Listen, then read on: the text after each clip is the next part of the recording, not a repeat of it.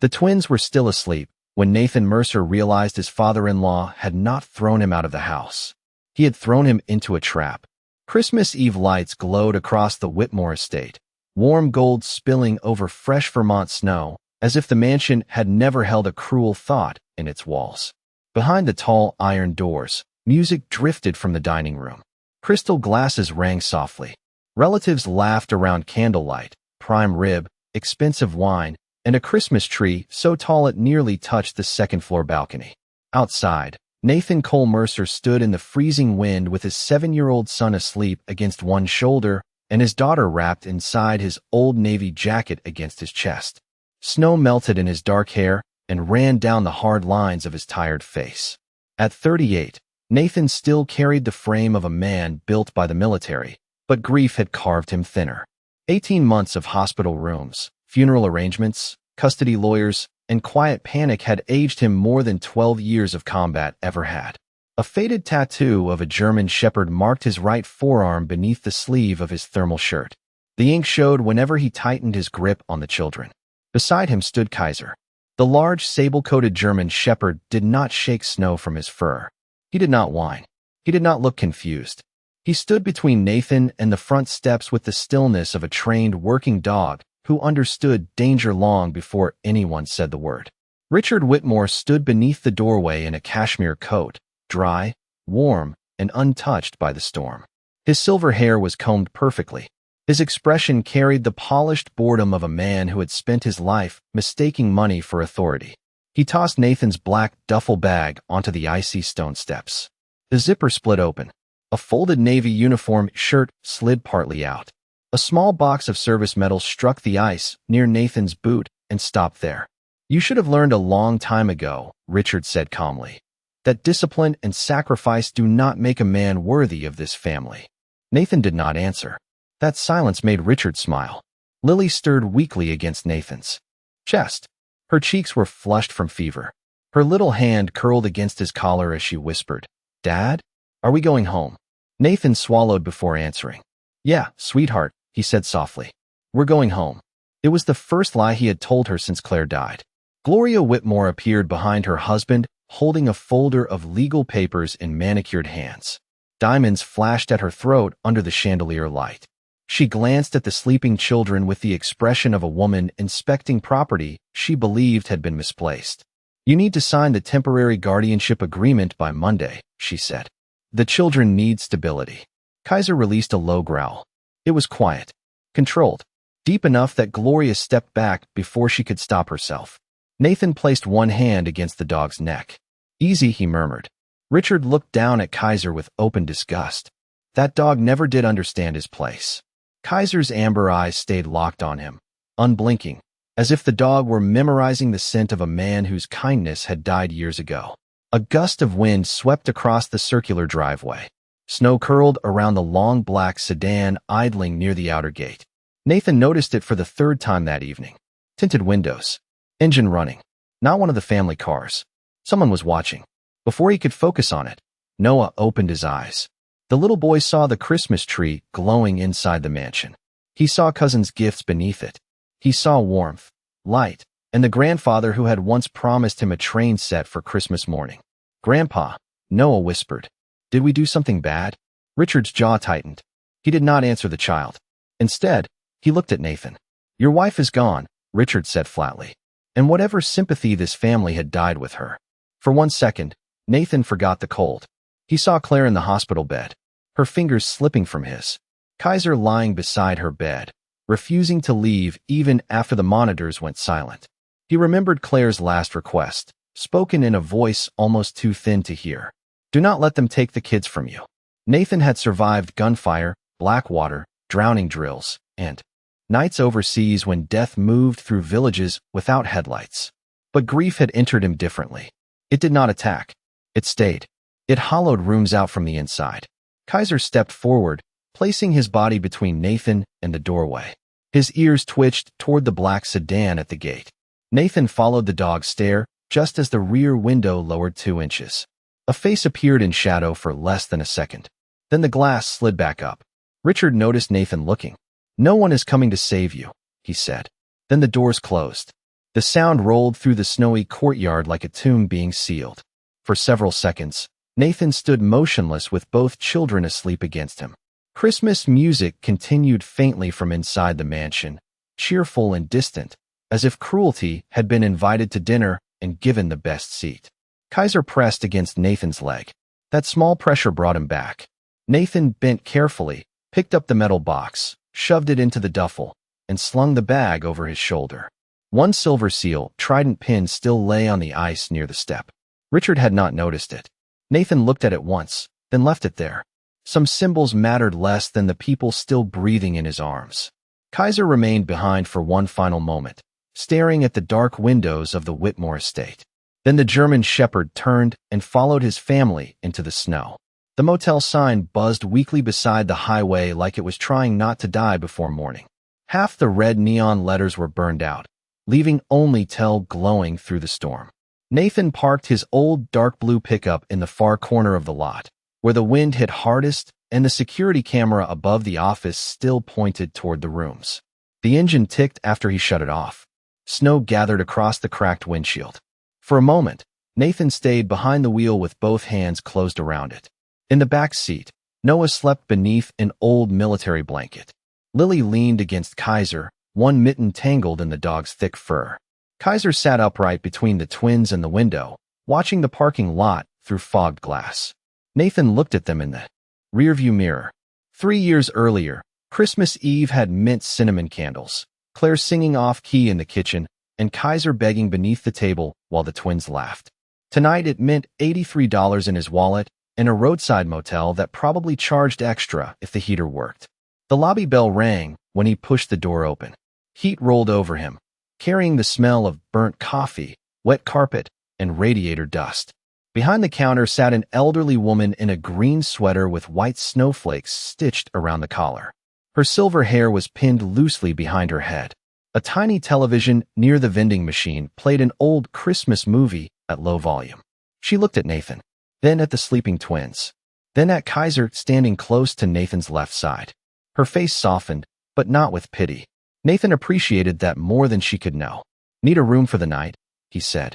The woman nodded and slid a clipboard across the counter. "I've got one downstairs. Heater complains, but it works." Nathan managed a tired half-smile. "That makes 2 of us." The old woman almost smiled back. Kaiser turned suddenly toward the front window. A low sound moved through his chest. Nathan followed the dog's stare. Headlights had stopped near the motel entrance. Not parked. Waiting. A dark vehicle idled there for several seconds before rolling back onto the highway and disappearing into the snow. The woman behind the desk saw Kaiser watching. "Military dog?" she asked quietly. "Retired working canine," Nathan said. "Looks like he still has a job." Nathan looked into the storm. Some dogs never clock out. Room 11 smelled of bleach, old wood, and the faint ghost of cigarette smoke from a decade earlier. A single lamp glowed beside the bed. The heater beneath the frosted window rattled like it was fighting for every breath. Nathan laid the twins beneath the blankets and removed Noah's wet boots. The boy stirred. "Dad, I'm here, buddy." Noah blinked toward the unfamiliar room. "Is this our new house?" The question nearly split Nathan open. "Just for tonight," he said. "Children believe the people who protect them until the world teaches them not to." Noah accepted the answer and fell asleep again. Lily's forehead felt too warm. Nathan pressed the back of his hand against her skin, then pulled another blanket around her shoulders. Kaiser settled on the floor between the children and the door without being told. Nathan sat on the edge of the mattress afterward, elbows on his knees, staring at the stained carpet. Claire's medical bills had eaten their savings. The custody fight had drained what remained. The Whitmores had money, lawyers, connections, and the kind of social polish that made cruelty sound reasonable in court. Nathan had training. He had discipline. He had a dog. He had 2 children who believed he could fix anything. That was the part that terrified him. He reached into the duffel and pulled out Claire's old scarf. If he held it close enough, it still carried the faintest trace of lavender. The heater coughed and went silent. Cold filled the room almost immediately. Nathan stood to check it, but Kaiser rose first. The German shepherd's ears stiffened. His eyes fixed on the pickup outside. Nathan pulled the curtain aside just enough to see. The truck sat beneath the flickering motel light, half covered in snow. Nothing moved. Then he saw the same black sedan from the Whitmore estate easing past the far edge of the lot with its headlights off. Nathan's pulse slowed. That was the strange thing about danger. Panic made civilians loud. Training made men quiet. Kaiser walked to the motel table, nudged Nathan's truck keys with his nose, then looked back toward the door. "What is it, boy?" The dog whined once. Nathan put on his coat and stepped into the freezing night. Snow crunched beneath his boots. Kaiser jumped into the pickup bed, then scrambled through the open rear door and began sniffing along the back seat. He scratched hard at the carpet beneath the twins' booster seats. Nathan lifted the edge of the lining. A cream-colored envelope had been taped underneath. It was thick, sealed in black wax, and addressed in elegant handwriting to Nathan Cole Mercer. Across the corner were 3 embossed words, Blackwood Estate Council. Nathan stared at it while snow melted across his hands. He broke the seal. Carefully. Inside was a letter, a business card from a Manhattan law firm, and a document marked urgent delivery confirmation required. The first sentence stole the air from his lungs. "If you are reading this, Nathan Cole Mercer, then Theodore Blackwood III is dead, and it is time you learned he was your father." The storm eased after midnight, but the cold stayed pressed against the motel windows like a hand. Nathan sat alone at the small table beneath the weak yellow lamp while the twins slept behind him. Kaiser remained at the door, watchful even in stillness, his eyes catching every sweep of headlights across the curtains. Nathan had read the letter 4 times. The words still felt impossible. Father. He had grown up with his mother's silence on that subject. She never cursed the man, never defended him either. She would only say some people made choices they could not look at directly afterward. Theodore Blackwood III was not just wealthy. He was a name attached to shipping terminals, maritime contracts, port security, veterans' charities, and old East Coast money that appeared in newspapers whenever powerful men died or donated buildings. Nathan had seen the name on financial news. He had never imagined it belonged in his blood. He unfolded the second page. "I failed your mother because I was a coward," Theodore had written. "My family called her unsuitable. I allowed them to turn love into a liability. By the time I understood what I had done, she had already chosen a life without me. She was right to do so." Nathan's jaw tightened. The letter went on. Theodore had watched from a distance for decades. He had attended Nathan's Navy graduation in Coronado under a baseball cap. He had funded the scholarship that mysteriously appeared after Nathan's mother died. He had paid part of Claire's hospital bills through a charitable medical account when insurance failed. Nathan stared at the page until the ink blurred. All those years he thought survival had come from luck, discipline, and stubbornness. Somewhere in the shadows, a man too ashamed to knock on the door had been trying to love him badly. Kaiser lifted his head. Tires crunched outside. Nathan folded the papers and went to the window. A pickup rolled slowly past room 11, paused near the vending machines, then continued back to the highway. Could be nothing. Kaiser did not think so. Nathan returned to the letter. The inheritance was not simple cash. It was a controlling interest in Blackwood Maritime Holdings, protected trusts for the children, several properties, and a foundation tied to veteran housing projects. The number listed near the bottom was so large it felt fictional. $200 million in personal estate value. Nathan stared at it and felt almost nothing. At that moment, a warm apartment and a doctor for Lily would have seemed more real. Then he saw the deadline. Under the terms of Theodore Blackwood's estate plan, Nathan had 72 hours from official notice of death to appear in Manhattan and accept custodial succession before an emergency board petition could challenge the transfer. Nathan checked the time on the delivery sheet. The letter should have reached him 2 days earlier. It had not been lost. It had been delayed. His mind returned to Richard Whitmore standing under the mansion lights. "Your ride is not coming." The pieces shifted into place with the quiet click of a loaded weapon. The Whitmores knew. Gloria's guardianship papers. Richard's sudden interest in stability. The pressure to sign custody authority. The black sedan at the gate. This had never been about Christmas. It had never been about grief. It was about control. Kaiser rose and crossed the room. The dog pressed his nose against Nathan's wrist where the old German shepherd tattoo stretched along his forearm. Nathan looked down at him. "You smelled this before I did, huh?" Kaiser blinked slowly. For the first time that night, Nathan almost smiled. Noah stirred beneath the blankets. "Dad." Nathan went to him immediately.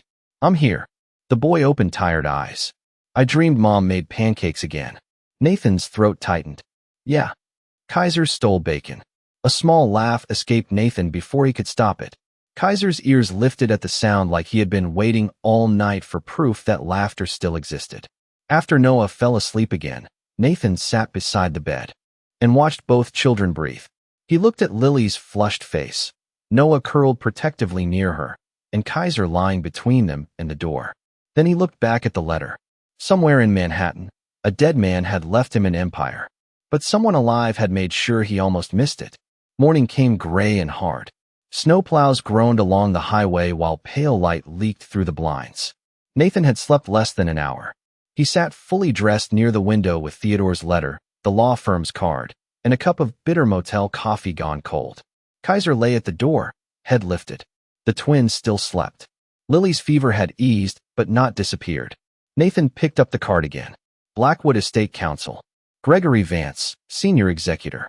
Beneath the printed number was a handwritten note in Theodore's uneven script. Trust no one connected to the Whitmore family. Kaiser stood before Nathan heard the car. A silver Mercedes pulled into the motel lot and stopped 2 spaces from Nathan's truck. Gloria Whitmore stepped out in a cream wool coat and dark sunglasses, dressed for a magazine photograph instead of a snowstorm. Nathan opened the motel door halfway, keeping his body in the frame. Cold air swept inside. Gloria approached, careful on the ice. Her eyes flicked toward Kaiser standing behind Nathan, still keeping that animal around the children. Nathan did not move. How did you find us? Nathan, please do not make this more difficult. Answer the question. Her expression tightened. You drove away with my grandchildren in a storm. We were concerned. Nathan almost laughed. Your husband put us in that storm. Richard was emotional. Claire's death affected this family deeply. No, Nathan said. Claire's death made this family honest. For a moment, the snow between them seemed to fall more quietly. Gloria looked past him toward the room where the children slept. You are not equipped to raise them alone. They need structure. They need opportunity. They need protection from the chaos you keep bringing into their lives. Nathan's face became very still. You're talking about money. Gloria did not deny it. She removed a folder from her purse. There are estate complications you do not understand. Trusts. Corporate matters. Media risk. If you sign temporary custodial authority over the children's financial interests, Richard can help stabilize things until professionals sort it out. Nathan glanced at the papers without touching them. You knew about Blackwood. Gloria hesitated 1 second too long. That was enough. How long? Nathan asked. She looked toward the highway. Richard was contacted weeks ago. Nathan felt anger arrive cold and clean. You hid the letter. We delayed chaos, Gloria said sharply. Then she lowered her voice. Men like Theodore Blackwood destroy everything around them. That fortune will bury those children in lawsuits, cameras, greed, and people pretending to love them. Richard only wanted to protect the family. Kaiser stepped forward and barked once. The sound cracked across the motel lot. Gloria flinched. Nathan rested one hand on the dog's shoulder. You are not protecting my children. You are trying to own what belongs to them. Gloria's polished calm finally cracked. Do you honestly believe a homeless former SEAL with $80 can manage a $200 million estate? Nathan said nothing. Her silence answered the rest. She had mistaken quiet for weakness. A lot of wealthy people did that around men who had learned not to advertise danger. Gloria extended the folder. Sign the temporary authority. It gives Richard financial oversight until the court reviews everything. You remain their father. No one is taking that from you today. Today, Nathan heard the word. He took the papers and scanned the first 2 pages. The language was carefully dressed, but the meaning was clear. Emergency financial control. Limited guardianship. Estate administration authority routed through Whitmore Holdings. Nathan closed the folder and handed it back. Tell Richard something for me. Gloria's eyes narrowed. What? Nathan looked into the motel room, where his children slept beside the dog who had protected them all night. I spent 12 years learning to recognize threats before they strike, he said calmly. Kaiser recognized him before I did. Gloria stared at him, then returned to her car. As the Mercedes drove away, Nathan noticed another vehicle across the highway. A black SUV sat under the trees with snow gathering on its hood. Its engine was running. Kaiser saw it too. The dog growled until the SUV pulled away. Nathan closed the motel door and locked it. Inside, Noah sat up, rubbing his eyes. Dad, are bad people coming? Nathan crossed the room and sat beside him. He had promised Claire he would never make their children carry adult fear. But he had also promised he would never lie when the truth mattered. Maybe, he said, but they have to get through me first. Noah looked at Kaiser. And him. Nathan nodded. Especially him. By late afternoon, the storm had thinned into freezing drizzle that painted the highway silver. Nathan sat at the motel table with Gregory Vance on speakerphone, while the twins colored on motel notepads with crayons the desk clerk had found in a drawer. Kaiser remained near the curtains, watching the parking lot. Gregory Vance sounded calm, but not careless. Mr. Mercer, I need you to listen carefully. Your father structured this estate to transfer directly to you, with protected trusts for Lily and Noah. The transfer must be acknowledged in person because the board is already preparing an emergency challenge. Nathan looked at the documents spread across the table. Because they never knew I existed. Because some of them knew and hoped you never appeared, Gregory corrected. Nathan's eyes narrowed. Gregory continued. Richard Whitmore contacted our office several times after learning of your connection to the estate. Theodore instructed us to deny him any involvement. He also believed Mr. Whitmore might attempt to gain influence through the children. Nathan glanced at Gloria's folder, now photographed and placed in his duffel as evidence. He already tried. Then keep that paperwork, Gregory said. It matters. Kaiser stiffened near the window. Nathan turned. A maintenance worker in a dark jacket pushed a shovel past the rooms. The man did not look toward Nathan's door, but Kaiser tracked him until he disappeared around the corner. Your dog senses something? Gregory asked. Nathan looked. Down at Kaiser. He usually does. Good, Gregory said. Trust that. Theodore did. Nathan frowned slightly. He knew about Kaiser? He knew more than you might want to hear today. He followed your military career. He knew Kaiser was medically retired after Afghanistan. He knew the dog stayed with your wife during her treatments. Gregory paused. Your father was a coward for most of his life, Mr. Mercer. But near the end, he became a very thorough coward trying to make amends. Nathan did not know what to do with that. Outside, freezing rain tapped the window. There is a private recording for you, Gregory added. Theodore left it in our Manhattan office. He also left a sealed key packet that can only be released once you arrive. What does it open? A private vault at Blackwood Harbor Bank. Nathan waited. Gregory lowered his voice. Your father spent the last 3 years investigating financial misconduct tied to Whitmore Holdings and several shell companies. Some of the money appears to involve veteran housing charities. Nathan's hand closed slowly around the phone. He stole from veterans. Allegedly, Gregory said carefully. But Theodore believed the evidence was strong enough to protect the estate if Richard became aggressive. Kaiser barked sharply. Noah jumped. Lily grabbed his hand. Nathan crossed to the curtain and looked out through a narrow gap. The black SUV had returned. It sat across the highway beneath the dark trees with its headlights off. Watching room 11. Nathan closed the curtain. Mr. Vance, he said quietly, I think Richard is already aggressive. The lawyer did not hesitate. Leave at first light. Do not drive directly if you think you are being followed. I will arrange security at the Manhattan building and notify local council that you are in transit. No police. Not yet unless they approach you or threaten the children. We need caution, not spectacle. Richard thrives when he controls the story. Nathan looked at the twins. Lily had stopped coloring. Noah held a blue crayon in one hand and Kaiser's fur in the other. He won't control mine, Nathan said. After the call, Nathan packed slowly. He checked the truck, tires, brake lines, fuel cap, door locks, undercarriage. Old habits from deployments. He moved with the quiet precision of a man who had learned that paranoia was often just memory doing its job. When he came back inside, Lily watched him from the bed. Mom used to say Kaiser could see things people miss.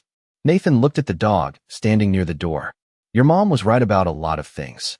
The motel lights flickered once. Across the highway, hidden behind snow-dusted trees, the black SUV started and disappeared into the dark. They left before sunrise. The Vermont sky was the color of cold steel as Nathan loaded the duffel into the pickup. The motel clerk came out with a paper bag of muffins, 2 bottles of water, and a small bottle of children's fever reducer. Roads are ugly south of here, she said. You be careful. Nathan accepted the bag. Thank you.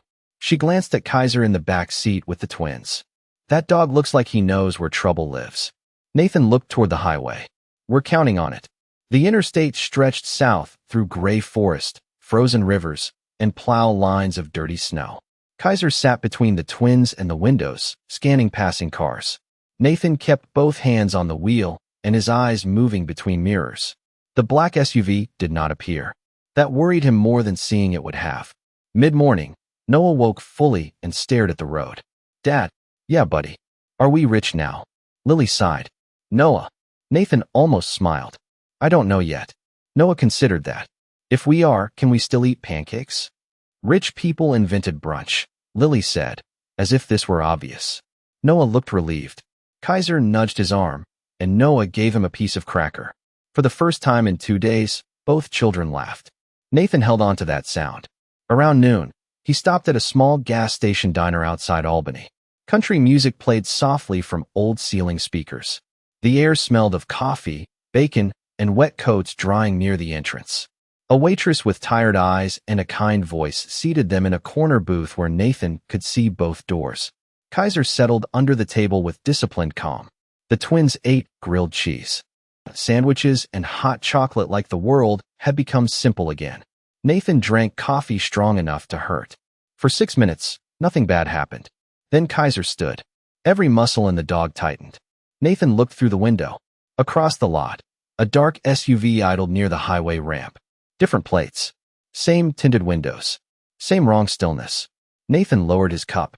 Kids, he said calmly, finish up. Lily saw his face. Dad, we're okay. Kaiser did not sit.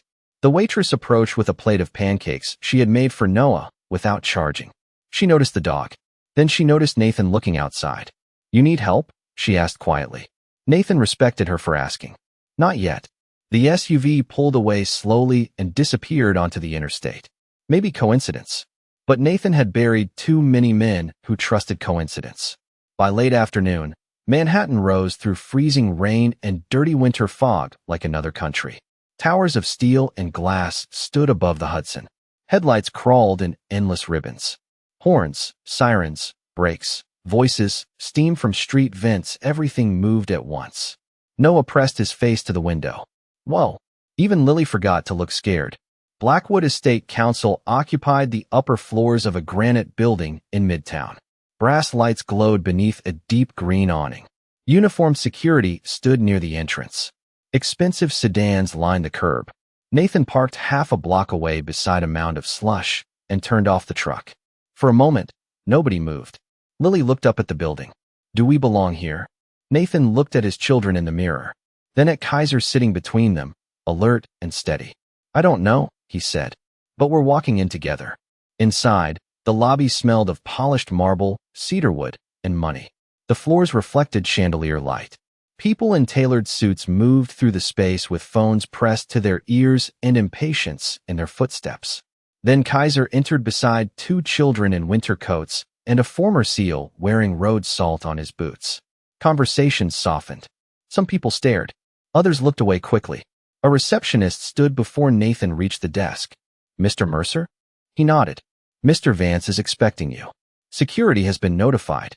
Before she could continue, Kaiser stopped. His ears rose. A growl moved through him, low and controlled. Across the lobby, near the private elevators, Richard Whitmore stood in a charcoal overcoat beside 2 attorneys and a man Nathan recognized from the black sedan at the estate. Richard smiled. It never reached his eyes. Nathan, he said smoothly. You made it after all. Noah moved closer to Lily. Lily gripped Nathan's sleeve. Kaiser stepped 1 pace forward, placing himself between the children and their grandfather.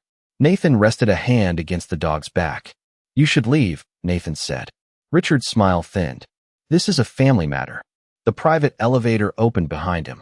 Gregory Vance stepped out with 2 building security officers and a leather folder under one arm. He was tall, silver-haired, and calm in the way only an experienced attorney could be calm while entering a room already on fire. Mr. Whitmore, Gregory said, you were instructed not to approach my client outside counsel. Richard did not turn. Your client is overwhelmed, grieving, and incompetent to manage what has been dropped into his lap. Nathan's voice stayed quiet. And yet you keep trying to make me sign things. One of Richard's attorneys shifted. Gregory noticed. Any document presented to Mr. Mercer without estate counsel present should be preserved, especially if it involves minors. Nathan handed Gregory the photographed copies of Gloria's paperwork. Richard's jaw tightened. Kaiser growled again. Gregory glanced at the dog, then at Nathan. Let's go upstairs. Richard stepped forward. Nathan, you think this inheritance changes who you are? It does not. Nathan turned at the elevator doors. No, he said. It changes who can control my children. For the first time, Richard's face lost some color. Then the elevator doors closed. The conference floor looked over Manhattan through windows streaked with rain. The room smelled of leather, old paper, and cedar. A long oak table sat beneath warm lights. Framed photographs lined the walls. Cargo ships, harbor cranes, veterans' housing projects, newspaper clippings, charity dinners. Near the far corner, Nathan stopped. A framed photograph showed Claire at a military charity event years earlier. She was smiling beside Nathan, one hand on his arm, pregnant with the twins. Kaiser sat at their feet wearing his service vest. Nathan stared at it. He kept this. Gregory nodded. Your father kept more than photographs. Nathan looked away before the grief could show too clearly. Noah pointed to a wooden presentation box at the end of the table. Is that ours? Gregory's face softened. Your grandfather left it for your father. Nathan approached carefully. Inside the box rested an old Navy SEAL trident, a photograph of Nathan's mother holding him as a baby near a harbor pier, a brass key sealed in plastic, and a flash drive labeled in Theodore's handwriting. For Nathan only. Kaiser sat beside the table, ears lifting toward the hallway. Footsteps approached outside. Raised voices followed. Richard's voice cut through the glass corridor. You cannot exclude me from decisions involving my grandchildren. Kaiser stood. Gregory took the flash drive from the box. Mr. Mercer, he said quietly, your father expected this. He inserted the drive into the wall monitor. The screen flickered. Then Theodore Blackwood appeared. Nathan stopped breathing. The man on the screen was older than the photographs Nathan had seen online. Thinner. Ill oxygen tubing rested beneath his nose. He sat beside a fireplace wearing a dark wool sweater instead of a suit. But the eyes were unmistakable. Nathan was looking at himself 30 years into a life he had never been allowed to know. Theodore stared into the camera for a long moment. Nathan, he began, voice rough with illness. If you are seeing this, then I was finally honest too late. That has been the pattern of my life. Lily's small hand found Nathan's fingers. Theodore continued. Your mother once told me a man who lets fear make his decisions eventually loses everything worth protecting. She was right. I lost her. I lost you. And for many years, I convinced myself that staying away was a form of mercy. Cowards love that lie. Nathan's jaw tightened. Images appeared beside the video. Nathan graduating BUD/S training. Nathan carrying flood victims during a hurricane response. Claire smiling at a fundraiser. Kaiser lying beside her hospital bed. I watched your life from a distance, Theodore said. That does not make me noble. It makes me late. But I saw the man you became despite me. Especially after Claire became ill. Character is not revealed in boardrooms. It is revealed in hospital rooms, in funerals, and in how a man speaks to people who can do nothing for him. Across the room, Gregory looked down respectfully. Theodore's voice grew firmer. Richard Whitmore will try to gain control through the children. He will use concern, reputation, and court language because greed sounds cleaner when spoken by attorneys. Do not trust him. Outside the room, the argument sharpened. Security was holding someone back. Theodore continued. For 3 years I investigated Whitmore Holdings. I found evidence of offshore transfers, shell companies, and charitable funds meant for veteran housing being diverted into private accounts. Those records are not in this office. They are in a vault at Blackwood Harbor Bank. The brass key in the box will open it. Gregory knows the procedure. The conference room doors burst open. Richard entered with 2 attorneys and a security officer behind him. Turn that off. This recording has no legal standing. Kaiser stepped in front of the twins so fast Richard stopped mid-stride. Theodore's recorded voice continued through the speakers.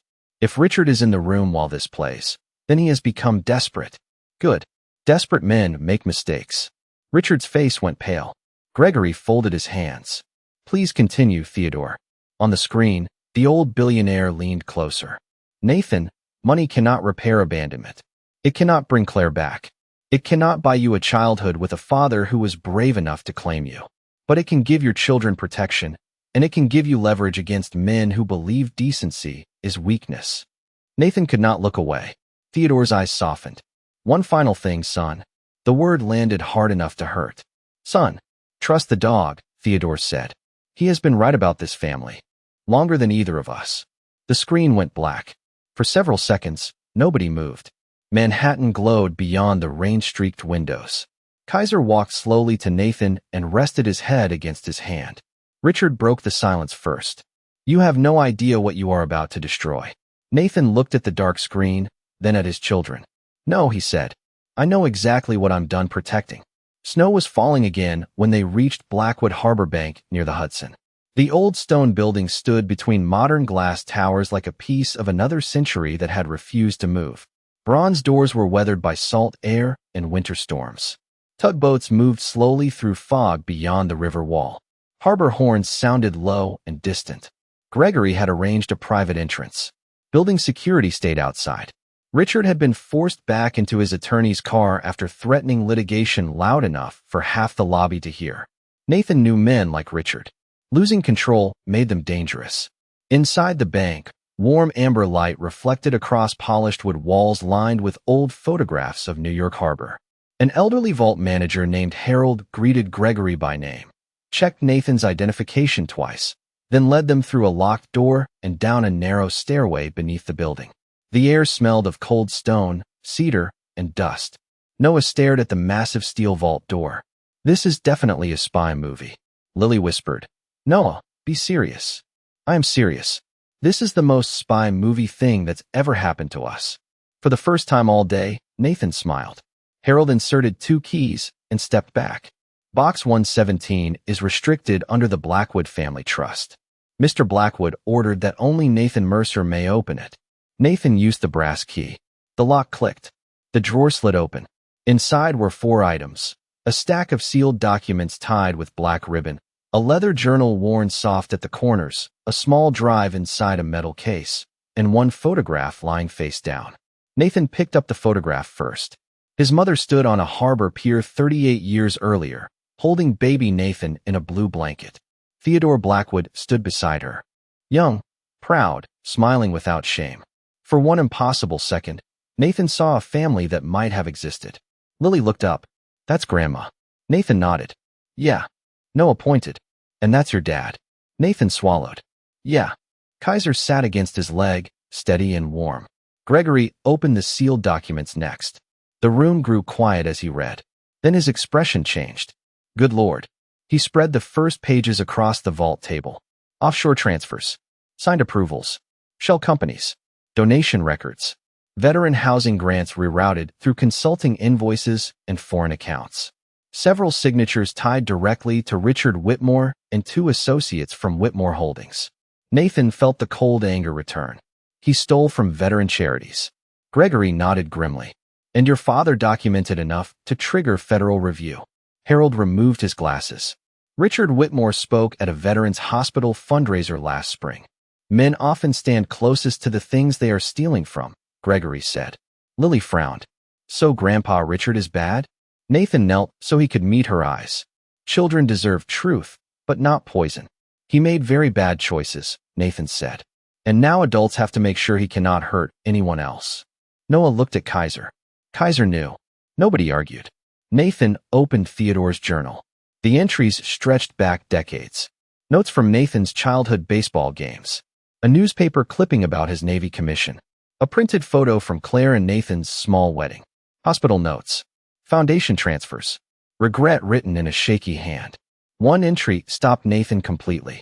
2 weeks after Claire's funeral, Theodore had written, I watched my son bury the woman he loved today. He carried his children afterward instead of collapsing, though I could see collapse waiting for him. I once thought strength was command. I was wrong. Strength is tenderness that survives humiliation. Nathan closed his eyes. Across the table, Gregory looked away to give him privacy. Then Kaiser stood. His ears rose toward the stairwell. Nathan heard it a second later. Footsteps. Fast. More than one person. Gregory looked at Harold. No one else was supposed to know we came here. The footsteps stopped outside the vault room. Silence followed. Then Richard Whitmore's voice echoed through the corridor. "Nathan, you do not understand what you are walking into." Kaiser growled. Nathan placed the documents back into the folder and stepped toward the vault entrance. He did not feel rich. He did not feel powerful. He felt clear. Richard spoke again from beyond the door. "Those documents will destroy families, companies, jobs, reputations." Nathan looked at the veteran housing records spread across the table. "You already destroyed enough." Richard's voice hardened. "If you hand that over, your children will spend years under cameras and subpoenas. Their mother's family will become their enemy. Is that what you want?" Nathan looked back at Lily and Noah, standing beside Kaiser under the warm vault lights. Tired, frightened, still trusting him completely. Claire's voice returned in memory. "Do not let them take the kids from you." Nathan rested one hand on Kaiser's neck. "My children already survived you," he said. For several seconds, Richard said nothing. Then came the sound of shoes stepping back. Gregory exhaled slowly. "We should move quickly." Nathan nodded. "Call whoever needs to see this." "Federal authorities," Gregory said. "Estate court, the charity board, and security."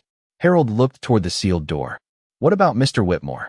Nathan slid the documents into Gregory's evidence case and picked up Theodore's journal. "Let him run," Nathan said. "Kaiser will hear him before we do." The next 72 hours did not feel like victory. They felt like impact. Federal investigators took custody of the financial records before dawn. Gregory filed emergency motions to secure the estate and freeze any disputed accounts connected to Whitmore Holdings. Reporters gathered outside the Blackwood building by noon. Richard released a statement calling the allegations a misunderstanding caused by grief, but by evening 2 board members had resigned and one shell company had vanished from its registered office address. Nathan did not watch much of it. He stayed in a secured apartment Gregory arranged above the Blackwood offices, where Lily finally saw a doctor and Noah fell asleep with pancakes in his stomach and Kaiser stretched across the bedroom doorway. The apartment was quiet, high above Manhattan, with windows looking over a city that did not know his name yesterday and would not stop saying it tomorrow. On the third night, Nathan found Theodore's final journal entry. It was written 2 days before the old man died. "I do not know whether my son will forgive me. I have no right to ask. But I know this. He will protect what I was too weak to protect. Not because he wants power, but because he understands what power is supposed to serve. If there is any mercy left for men like me, let it be that my grandchildren never have to beg cruel people for safety." Nathan sat with that sentence for a long time. Kaiser lay beside the couch, head on his paws, watching him. "You think he meant it?" Nathan asked quietly. Kaiser lifted his eyes. Nathan almost laughed. "Yeah, that's what I thought. Too late, but maybe real." The next morning, Gregory arranged a private meeting in a small conference room instead of the grand boardroom. Nathan requested it that way. He had no interest in performing power. The emergency estate hearing had confirmed temporary control in Nathan's name, pending formal review. The children's trusts were protected. Richard's attempt at financial guardianship had been entered into evidence. Federal investigators had begun a criminal inquiry into the charity transfers. Gloria called twice. Nathan did not answer. Richard did not call at all. Near sunset, Nathan took the twins to the roof garden of the Blackwood building. Snow rested along the planters. Manhattan glowed beneath them in 1,000 windows. Kaiser moved slowly along the perimeter, checking corners and shadows before settling near the children. Noah leaned against the railing. "Are we safe now?" Nathan stood behind him. "Safer." Lily looked up. "That's not the same." "No," Nathan said. "It isn't. But safe is something we build every day. We don't let people with money decide whether we deserve it." Lily thought about that. "Mom would like this view," she said. Nathan looked across the city. His chest tightened, but the pain was different now. Still grief. Still love. But not the same empty room inside him. "Yeah," he whispered. "She would." Kaiser rose suddenly and walked to Nathan's side. The German shepherd pressed his head against Nathan's hand. No warning this time. No growl. No threat. Just presence. For 18 months, Nathan had believed grief was something he carried alone. But standing above New York with his children beside him and Kaiser leaning into his hand, he finally understood what Claire had known all along. Loyalty does not remove pain. It keeps pain from becoming a grave. That afternoon, The Blackwood board requested to meet Nathan. Gregory warned him before they entered. They will be polite. That does not mean they are kind. Nathan buttoned the only clean shirt he had bought from a shop downstairs and looked at his reflection in the dark conference glass. He did not look like a billionaire heir. He looked like a tired father who had slept in a motel 3 nights earlier and still expected trouble every time an elevator opened. Good, he said. Gregory glanced at him. Good. If they want a costume, they picked the wrong man. Kaiser walked beside him into the boardroom. The twins stayed with a security officer and the receptionist down the hall, eating sandwiches and watching a movie on an office tablet. Nathan had considered leaving Kaiser with them, but Lily had shaken her head. Take him, she said. He knows when people lie. The boardroom held 12 people around a glass table long enough to land a helicopter on.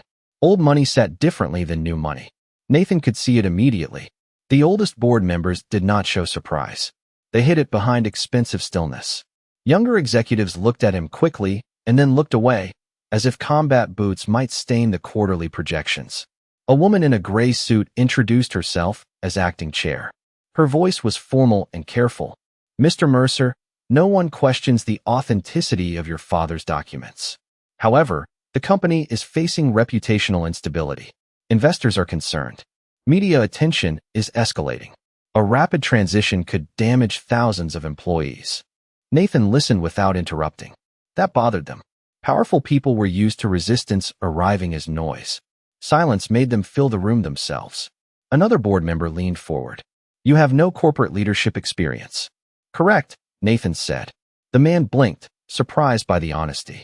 Nathan placed Theodore's journal on the table, then Gloria's attempted guardianship papers, then the preliminary evidence receipt from federal investigators. I am not here to pretend I know your business better than you do, he said. I am here because my father believed this company had been surrounded by people who knew exactly how to sound responsible while doing irresponsible things. The room went still. Kaiser sat beside Nathan's chair, calm and alert. Nathan continued. So here is what happens. Gregory Vance remains lead estate counsel. An independent forensic audit starts today. Any board member connected to Whitmore Holdings, directly or indirectly, discloses it before federal investigators ask a harder way. The Veteran Housing Foundation gets protected first, not last. And nobody uses my children as leverage again. The acting chair studied him for a long moment. And if this board refuses? Nathan looked at each face around the table. He did not raise his voice. Then you explain to the press why a decorated veteran, a dead founder's heir, and a federal fraud inquiry all walked into the same building and found the board more worried about optics than stolen charity money. Nobody spoke. Outside the glass wall, Noah pressed his face to the corridor window and waved at Kaiser. The dog turned his head just enough to see the boy, then faced the board again. One of the older directors, a black man with silver hair and a cane resting against his chair, finally spoke.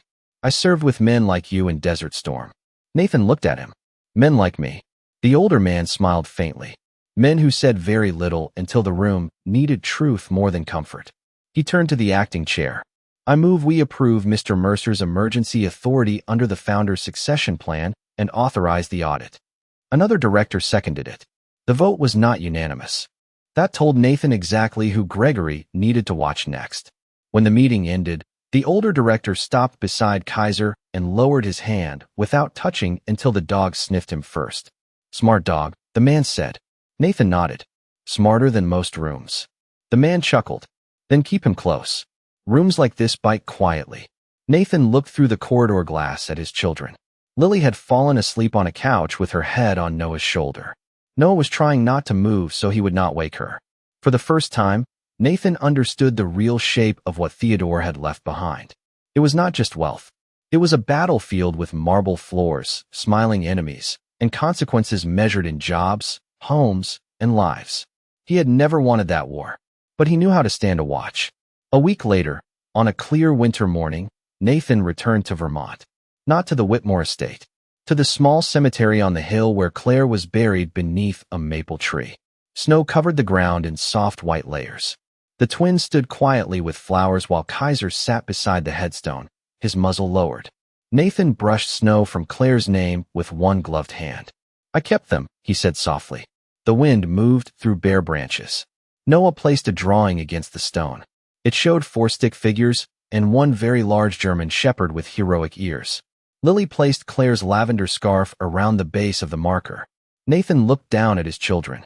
They were still grieving, still tired, still too young to understand trusts, court orders, corporate boards, or men who used family as a weapon.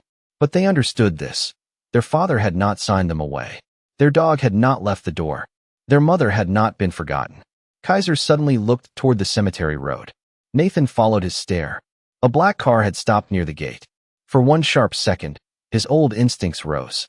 Then the driver's door opened and Gregory Vance stepped out holding a folder.